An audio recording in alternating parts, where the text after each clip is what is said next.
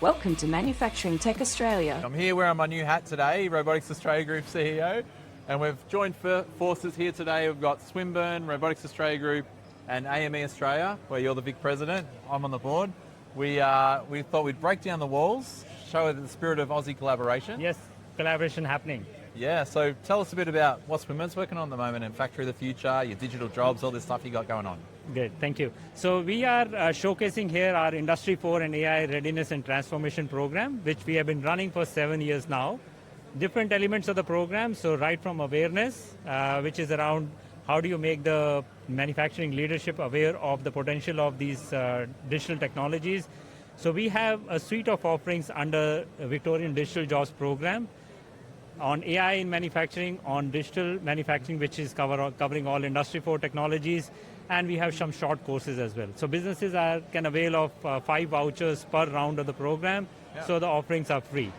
And the other things that we are showcasing here is the other elements of the program, which is around gap analysis, and I think when we have the screen up there, I can talk to it. Yeah. But there are other use cases of applying this technology in manufacturing that we are showcasing. Yeah. So as you see on the screen, there's a fair few industry use cases where we have applied Industry 4 or AI in manufacturing. Yeah, nice. How do businesses get access to this? Is it just jump on the webpage, sign up? How do they get access to the digital jobs? And for the Digital Jobs program, there is obviously we have a QR code in terms of with our flash, but they can just log into Digital Jobs, search for Digital Jobs, and there is a suite of offerings. Not just us, there are 4 other RTOs as well. So businesses can avail of those. And the round 3 starts in August. So watch out for the training happening from August to mid-December under the program. Awesome. And I was fortunate enough, you took me through one of the AI workshop sessions, looking at all the different applications of AI in manufacturing. Was super cool.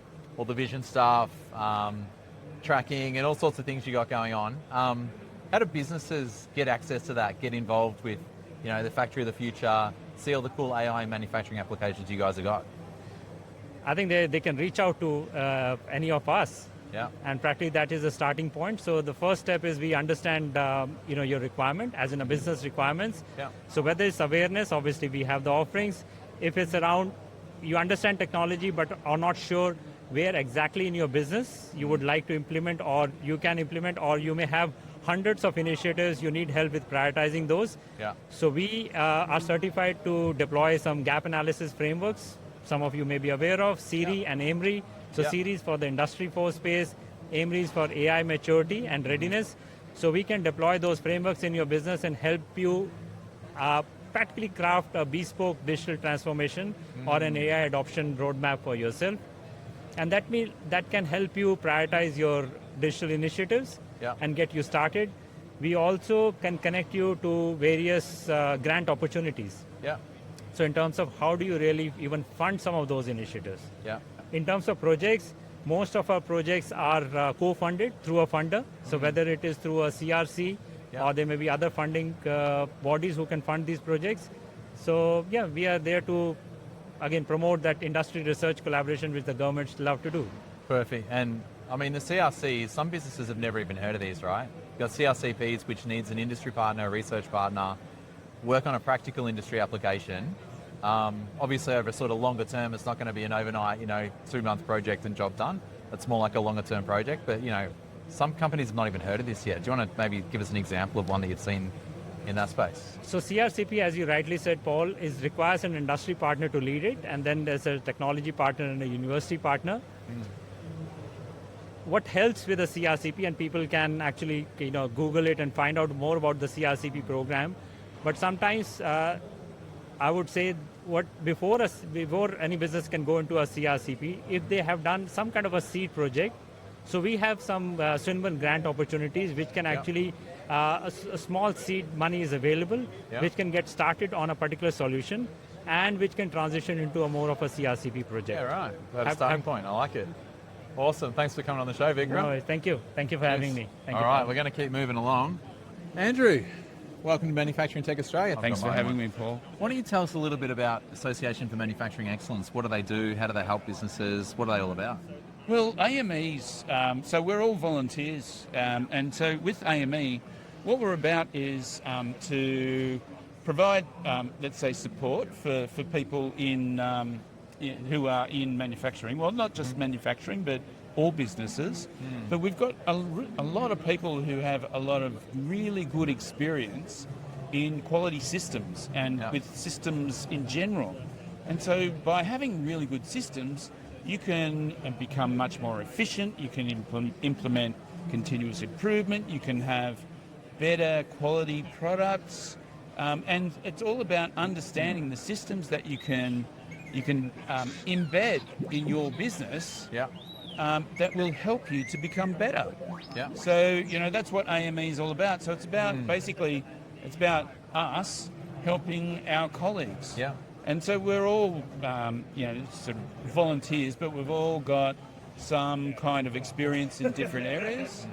And so we're able to actually help a lot of people in a lot of diverse businesses to become much better at what they do, to save money or become more profitable. So there's networking events, there's workshops, there's training sessions, there's site visits, all the kind of stuff, getting people together. We even get helping each other. We even get people in from overseas. So we get we have some really good talent that are overseas. So we've got a lot of Toyota people. So Toyota local people, but also Toyota from the United States.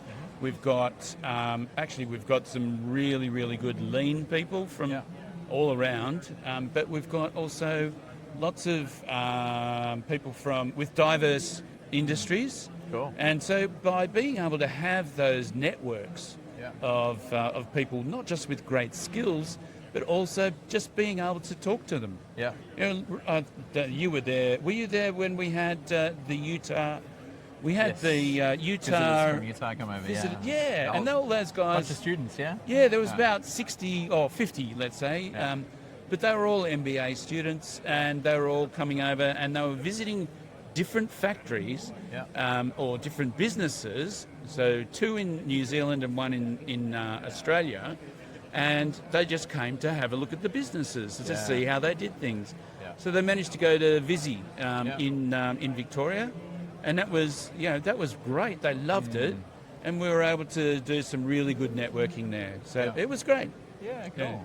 You mentioned overseas. I noticed there's the Japan leadership experience that Rebecca's been talking all about. Oh, you've got the big one here. We have, So in fact, we just had a tour finished just I think it was a month ago, and that was our first tour that we've put together, and the people that went thought it was fantastic, and we had 2 really good guides. So Daryl Wilburn from the United States and Barry McCarthy from Melbourne, and they were both they've both done a lot of work with Toyota and specifically Toyota in Japan, and they've taken our people through Japan or through to a number of areas of Japan, but also through a number of factories in Japan. They went to where Mr. Toyota sort of grew up, when he was inventing his loom. So it was. So there's a bit of history there, a bit of cultural stuff, but also a lot of continuous improvement, systems implementation. How do the Japanese do it? How do we do it? That sort of thing. So it was really good. Excellent. So I love this. Is we've got the process side of things, we've got the organising things, we've got robotics over here, we've got the educators down the end at Swinburne. Good Swinburne's doing some great stuff, aren't they? With their factory of the future. Perfect. Well, Andrew, thanks for coming on the show, mate. Thanks very much for having me, Paul. Cheers. Jun, welcome to Manufacturing Tech Australia, mate. Thanks for coming on the show. Well, thank you for having me. We had the demo yesterday. It was awesome. We've had a few different demos, all different kinds, all the different things it can do. The movements are super impressive. Thank you, thank you. And we've had hundreds of people through here this morning looking at this, looking at the dancing, the Tai Chi, the dog jumping around. Why don't you tell us a little bit about Agibot, what's going on and what's the future look like? Yeah, so Agibot is a Chinese company originally. It's about 3 years old. We've been in Melbourne for about 6 months so far. The goal of these 2 models is obviously performance and education. So one of the key selling features for this is performance. and the interactability. So you can actually talk to this, have a conversation. You can teach it a knowledge base. If you wanted to sell a product or have information about a business, it can repeat that out to you. So you can ask it quite a lot of questions. Obviously, one industry, the other industries is education. So if you want students to learn on this, it is designed to be modular. You can learn how to build it, code it, get it to balance on its own, how the hardware runs, stuff like that. The dog itself is looking at more industry usage, especially with how versatile it is, being a four-legged robotic. One industry is the mining industry, so it's looking to be implemented. So as a safety measure, you can attach sensors onto it so that I can go down mine shafts, check if there's any dangerous fumes or anything, and it'll come back up. Yeah, cool. Yeah, we've seen it run around factories to inspections and checking on things. Yeah, pretty useful for that and pretty cost effective too. I can see this in kind of service, like you said before. You can interact with it. I can see it in service environments and that kind of thing. So this is obviously not the only model we have. We have another model called a G2, which is the upper body of this, but with a wheeled base. That one's more stable. It's good for lab work, any kind of factory manufacturing line. That's already been implemented at the moment in China. There's a lot of tablet manufacturing utilizing these kind of models for piece-by-piece operation, stuff like that. It does also have VR capabilities with a actual dexterous hand. So these are just prop hands at the moment. So they don't actually have any move or flex. But there is actual dexterous hands I can work with. You can wear a set of VR goggles with controllers, and you're able to move the hands and arms up and down and grab things and put things in boxes in case you want to do any sort of like remote work, stuff like that. And what sort of payload could you get out of one of these? So these can probably grip around like relatively light objects. Obviously, dexterous hands are quite complex. There's a lot of cables, a lot of joints. If you think about your hand itself, it's a lot of bones and tendons. And obviously, grip strength in humans is usually not amazing, so it's usually reflected a bit, but it can hold on to like water bottles, boxes, stuff like that, as long as the load's not too heavy. It's still relatively capable. For sure, and I guess it's like you said yesterday in the demonstration, it's about, it's built for human environments, right? Because you can't just put a robot anywhere, it's got to be, and that's the reason why it's, shaped like a humanoid, so that it can, operate in the same environments that we do. Of course. Really interesting. And I guess early days, these get better and better every year, even the last 12 months. How much they've improved is so impressive. So I've only been working with this guy about 2 weeks, and the improvement in software across those 2 weeks was amazing. When we were walking around before, it wasn't walking as smoothly as I first saw it. It was very clunky, very loud. Now it's quite smooth, a little bit softer in terms of the footwork. And it looks a little bit more human, a little bit more friendly. Obviously, a few people will still get a little bit scared by it, but I think I have gotten a lot of comments like, hey, this guy looks really friendly, looks really huggable. Everyone does want to come up, pat it on their Friendly head. head pat detected. They want to shake Battery hands. plus 100%. Stuff like that. So it's super popular. What I really like, you were talking about yesterday about the education part. So people think they see robots and like, okay, maybe that's loss of jobs, but what I've seen so far is every one of these seem to have 2 PhD students attached to it, right? And there's at this stage there's a lot of engineering, there's a lot of testing, even though it can do very limited things.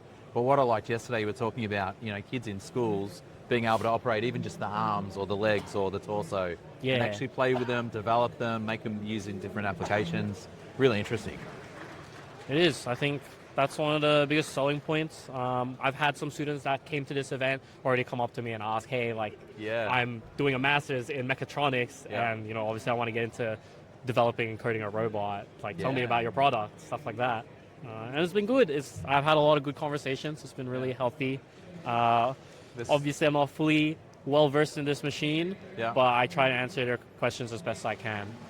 And there's, I went through the Monash Robotics lab the other day, and it seems there was a transition from, there was industrial robots, and then people started playing with cobots, and then now they're starting to play with humanoids and all sorts of other types. So there's a lot of transition, and with embodied AI now, they're just becoming so much smarter and smarter.